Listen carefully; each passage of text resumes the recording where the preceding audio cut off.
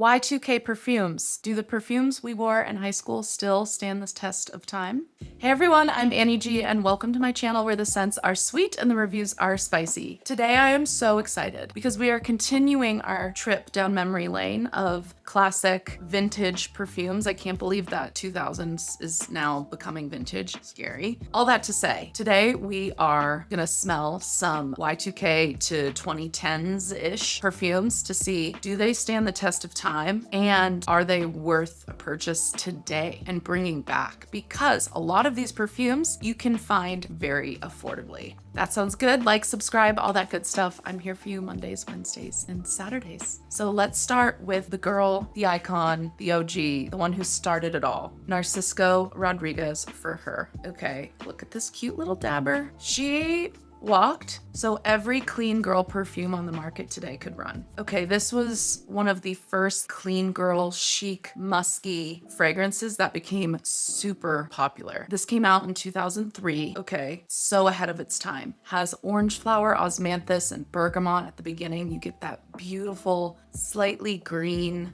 feeling from the orange flower and the bergamot, musk, amber in the mid, and then vetiver, patchouli, and vanilla at the base. So that base is still a little 90s with the patchouli, vanilla, vetiver combo, but we're starting to get these more transparent florals. I feel like everything became very pink and then orange blossom, and neroli had such a moment, I feel, in the early 2000s, and I think this is just such a beautiful example of that. This absolutely holds up. If you made this your signature scent today, no one would bat an eye. It aged so well. This is the OG Eau de Toilette. They came out with the Eau de Parfum version, I think 10 years later, 2013, I don't remember, but I've never smelled that one. This is the only one I know. She's so sophisticated and so cool and chic, and it's just such a beautiful perfume that really stands the test of time. I really think you can't go wrong, and like I said, you can find this at a really good price. It's always at the discounters, okay? And it's just a classic. Definitely holds up to today's perfume standards. It's just simple, it's clean, it's elegant, it's girly, and it's just a forever classic. So For Her, Narciso Rodriguez, starting off strong. Next up, I have to thank Danielle from the Perfume Journal for turning me on to this. I'll link her channel below, but she was talking about it and I was like, oh my God, I remember when that came out, but I never got into it. And we have an amazing example of a celebrity perfume with Still by Jennifer Lopez. Did anyone wear this when it was out? Did anyone like it? Because you can find it, this 100 ml was $20 at FragranceNet. That's crazy. And this is a really watery, fresh, true tea fragrance. It literally smells like lemon Lipton iced tea. You get a little bit of the mandarin at the top. There's a rice note, it says in here, which is crazy. I don't get rice at all. And then Earl Grey tea, white pepper, and then the middle notes you have jasmine, lily of the valley, freesia, honeysuckle, orange blossom, rose, and then base is pepper, musk, sandalwood, iris, and amber. It's really, really interesting. It's slightly peppery, watery Lipton iced tea fragrance that settles down to something that's just a little musky and spicy. And I am shocked at how well this holds up. It's just,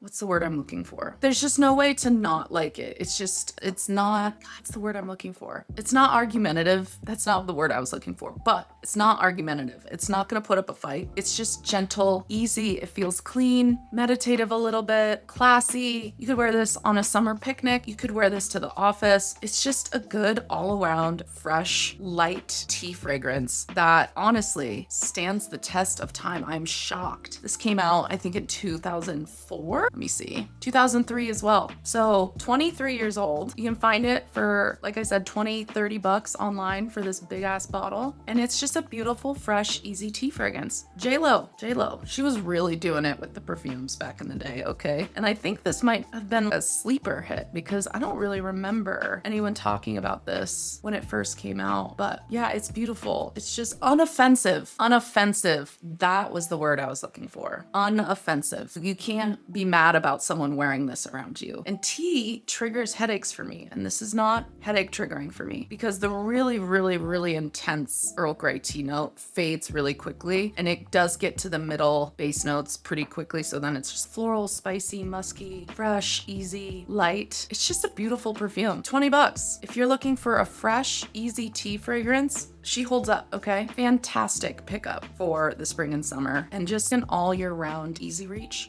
Who knew? Still by J.Lo. Okay, if you were in college in the early 2000s and you were going to the club, you were wearing Versace Crystal Noir. You know you were. This was that girl. This was party girl. This was sexy. This was club music. This was low-rise jeans. This was glittery tops. Sexy. Versace Crystal Noir was the first slutty perfume that I'd ever tried. Oh my God, and it is just a musky, coconutty, slightly spicy, easy fragrance. I know a lot of people still wear and really love this perfume, and for good reason. It's creamy, musky. The coconut gives it something a little different. The top you have pepper, ginger, and cardamom. That kind of rubs people the wrong way sometimes. I think it just makes it really invigorating and kind of in your face a little bit. The middle notes, coconut, gardenia, orange blossom, and peony. There it is, that orange blossom, peony, orange blossom, pink floral combo. That was so early 2000s. And then base notes, sandalwood, musk, and amber. The sandalwood in here is unfortunately the kind that does make me want to vomit a little bit, but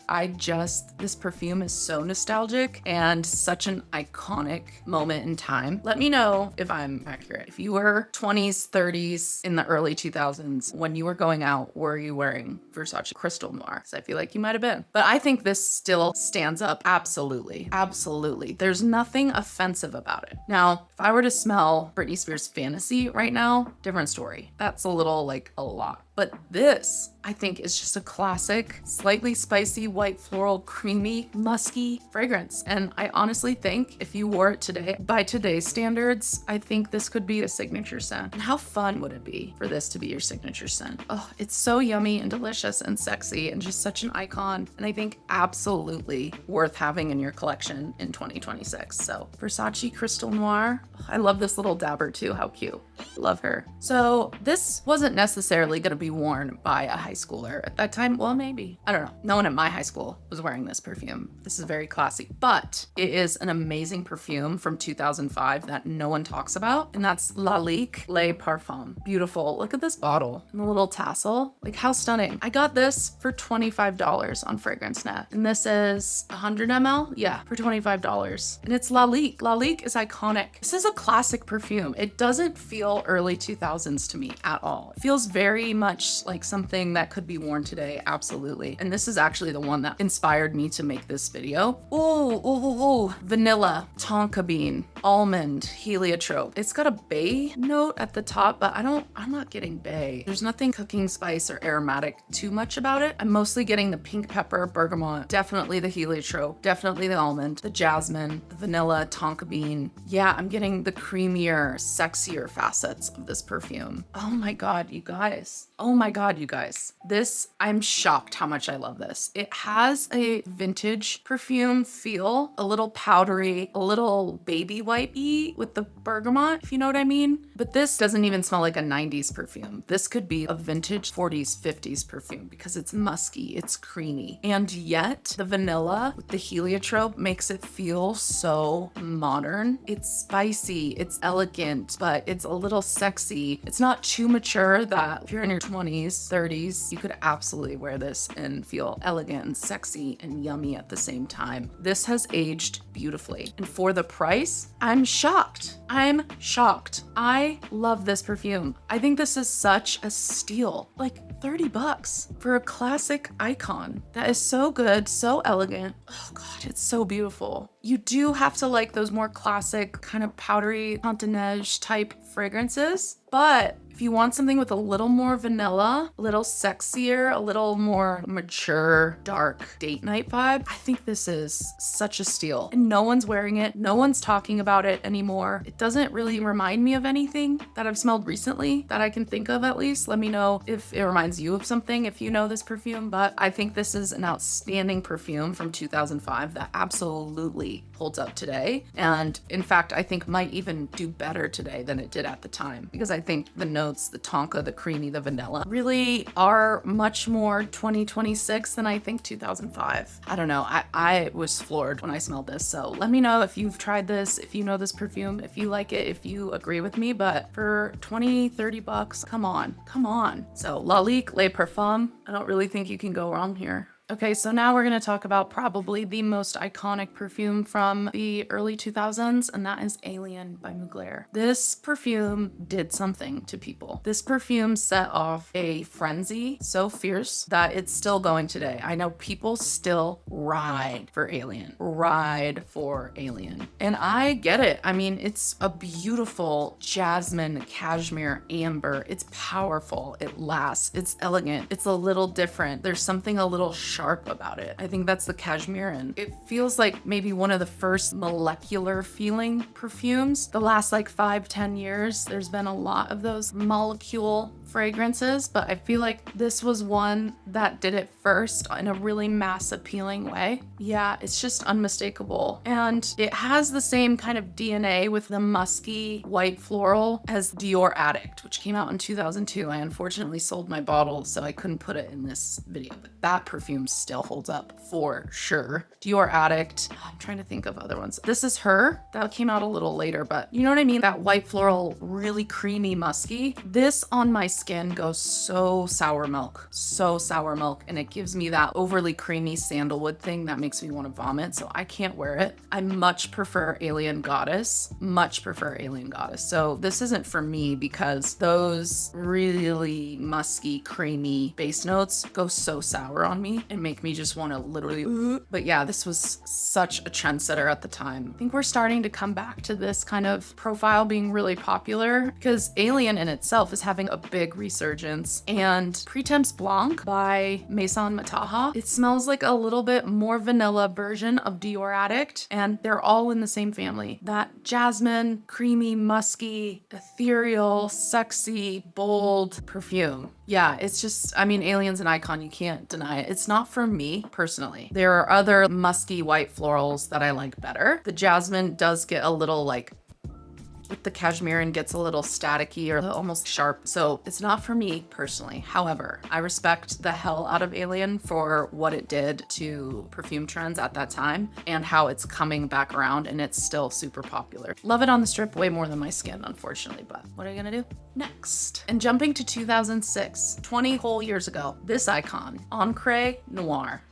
She was doing what the girls should have done way before they ever did it. It is this incredible, woody, peppery vetiver fragrance. It's intense. The first spray is a little much for me. I much prefer the dry down. But when I smell this, I'm like, this is crazy that this came out 20 years ago. It feels so modern with those spicy, woody, Santal 33 type fragrances. It does remind me a ton of Santal 33 a little bit. I definitely get something dilly in here for sure, but that dry, woody, slightly musky, super chic, minimalistic. I think this was one of the first to ever do that and kind of set this cool, artsy, woody perfume trend off. Because then 2006, I'm trying to think of when Santal 33 came around. I think it was 2011, maybe? I don't know, don't quote me on that. But, and even look at the bottle. How minimal, modern, it's just beautiful. Yeah, the dry down's better. You get cashmere wood and a slight muskiness. I like it a lot better on skin. On paper, it just reads really sharp to me. It is a little bit more masculine, and I think this kind of started that unisex perfume trends, because I think before this there was no one, or at least not in my world, there were no women wearing men's perfumes. Women's perfumes were pink, floral, and fruity. Men's colognes were aromatic blue bar of soap. It was polo green. It was Sauvage, Bleu de Chanel. There was such a clear line, and then this came along, and I know so many women who wore and love this and still wear this perfume. And so I think it kind of started that unisex vibe or androgynous crossover vibe and made it okay. This is one that my husband will wear and love. Reminds me a lot of Daddy by Universal Flowering. So I feel like this might have been an inspiration of hers because they are very similar. It's cool, it's fresh, it is chic and elegant, just an icon, and I think really stands up to the test of time. And I think this bottle was like 40 bucks, so you can't beat that. And I just love how the bottle looks. It's so elegant. So Encre Noir, icon. So this next perfume really kickstarted the rose pink shampoo fragrance, and that is Chloe.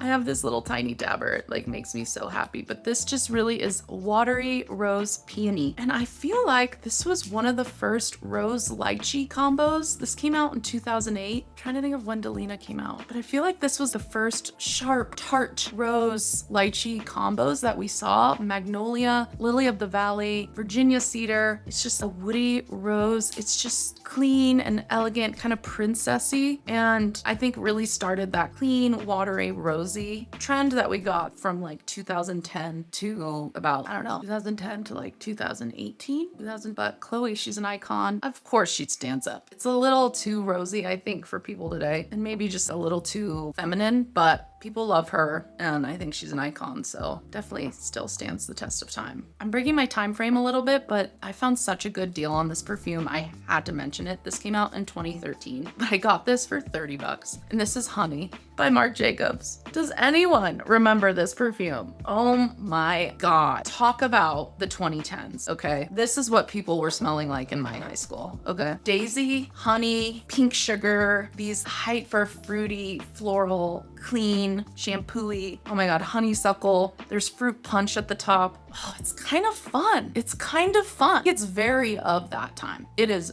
very of that time, but it's kind of fun. And it was 30 bucks. I think if you have a young girl in your life, I think this would be such a good, or just a young person who loves really juicy, fruity, fun, vibrant, playful perfume. I love this. I'm not gonna lie to you. I think this is so fun. Yeah, there's honeysuckle in here, juicy pear, obviously honey, vanilla, and woody notes at the base. It's got peach, orange blossom. Yeah, it's just delicious. It's so yummy. It's so yummy. What the heck? What the heck? I'll wear this. I'll wear this to a little picnic, little beach party, and feel so fun and flirty. So Marc Jacobs Honey Fragrance Net for 30 bucks. I was shocked, and I love it, and I think it holds up, so I can't control what my heart wants, okay? So who would have thunk? Okay, everyone, those are some perfumes from the early 2000s to 2013 that really made an impact and still to this day, I think hit, and you can find some of these at such a good price. Let me know what you were wearing around this time. I joke about like high school, but for me, Y2K is just so synonymous with grade school. Lockers, going to the mall, Paris Hilton, and some of these perfumes just really take me right